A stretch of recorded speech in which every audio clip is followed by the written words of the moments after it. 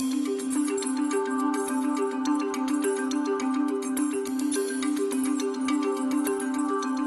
you could change something about nephrology, what would you change? The practice, the day-to-day practice.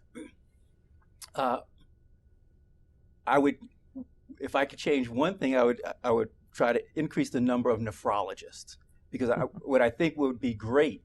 So a lot of stuff I do I love, but if we had more opportunity to spend more time now that we have more therapies that are effective intervention, early interventions, preventions, we just need to have the time to be able to spend with our patients providing that type of care rather than the more tertiary and quaternary care that we're providing now. So definite job security for future nephrologists? The upside is the job security.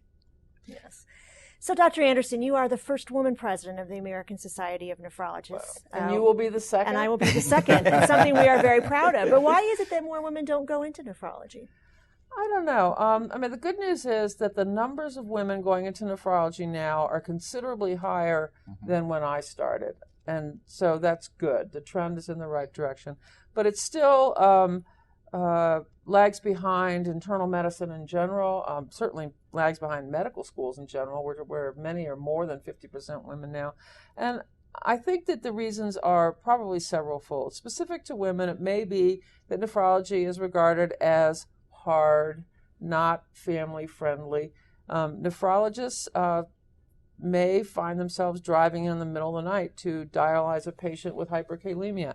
That doesn't happen if you're an endocrinologist. I don't think they have too much thyroid storm or whatever their emergencies might be in the middle of the night. I think that's part of it. But I also think that we probably haven't done a good enough job of marketing the joys of a nephrology career to women or to men, for that matter. And I think that this is something that we're very concerned about in the ASN and in nephrology in general, is how can we sort of turn the tide a little bit and be better at making it clear to trainees what an exciting career it can be. So I wouldn't limit that to women. I will say one other thing is that I've noticed resistance to the concept of a part-time nephrology job, both in academics and in private practice, and that's just silly. And in this century, and considering the choices and the values of the younger generations, the millennials, it's crazy to say that I only want to hire somebody who wants to work full time. And we've been very successful in my division at hiring part-time, hiring women part-time. It's happened several times. A woman has finished her fellowship, had her first or second child, doesn't want to work part-time and doesn't want to work full-time, comes to us part-time. And for instance, for a while we had two women job sharing, and it was great. They were covering the same cadre of patients.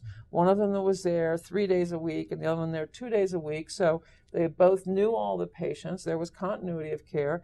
It worked just fine. And I think, resistance to that makes no sense. I've heard in some private practices, people are resistant because it's less weekend call and stuff. So pay them less, what's But I think it's becoming far more common. When I talk to young women, there are a lot who are doing job sharing, and men too. I think that the whole dual career family, the desire to have more work-life balance. We have residents doing job sharing. Absolutely. Couples, so the flexibility is indeed there. Well, as Sharon said, there's a wide spectrum of practice within nephrology. And from my standpoint, if you've seen one nephrology practice, you've seen one nephrology practice.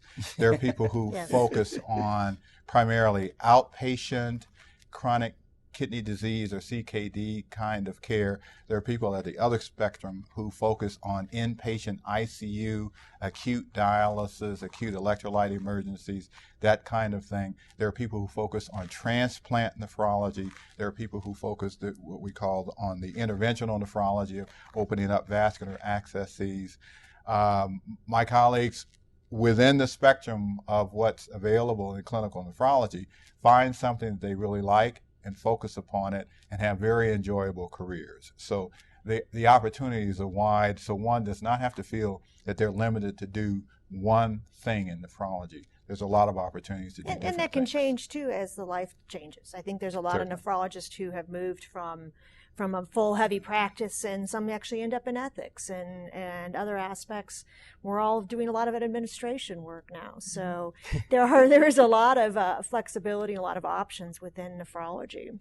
Yeah, and in addition to some of the more traditional opportunities that physicians have, from inpatient, outpatient, and then a specialist being able to be involved in interventional care, et cetera, the structure of nephrology, the reimbursement of care for end-stage renal disease, transplantation, opens up new doors and avenues around policy and legislative type of issues. And so those are additional opportunities and areas where certain nephrologists are able to focus, engage in, and explore those aspects of sort of their broader career interest, yet leveraging their medical background and expertise.